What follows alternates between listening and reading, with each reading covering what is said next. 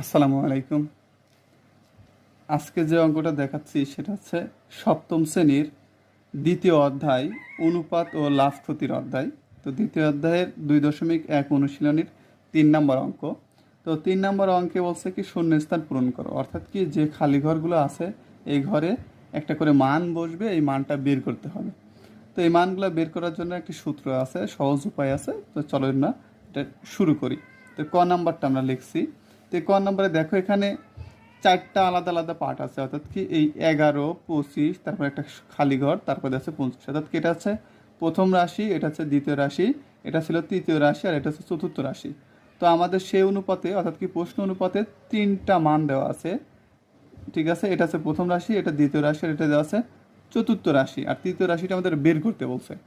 তো আমরা একটু এটার সমাধানটা করার চেষ্টা করি। লেক্সি দেওয়া আছে যে প্রথম রাশি সমান 11, ঠিক আছে, তারপরে দ্বিতীয় রাশি সমান 25, আর চতুর্থ রাশি ছিল আমাদের 50।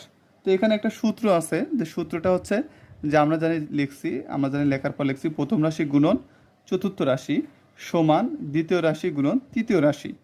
তো আমাদের যে মানগুলো ছিল সেই মানগুলো আমরা একটু বসাই। প্রথম রাশি ছিল আমাদের 11, আর এই গুণন গুণন চতুর্থ রাশির মান ছিল আমাদের 50, সেই 50 বসাই। তারপরে সমান চিহ্ন দ্বিতীয় রাশির মান ছিল আমাদের 25, সেই 25টা বসাইলাম। তো তৃতীয় রাশি যেহেতু আমাদের বের করতে হবে, এর মানও নেই, অতএব আমরা তৃতীয় রাশি লিখলাম। তারপরে 11 গুণন 50 দিলে আসছে আমাদের মান আসে 5×11 আর 0, অর্থাৎ কি 550। আর এই সমান সমান 25 25 তৃতীয় রাশি। তো এই পার সমানের এই পার আমাদের 25টা কি আছে তৃতীয় রাশির সাথে গুণ অবস্থায় আছে।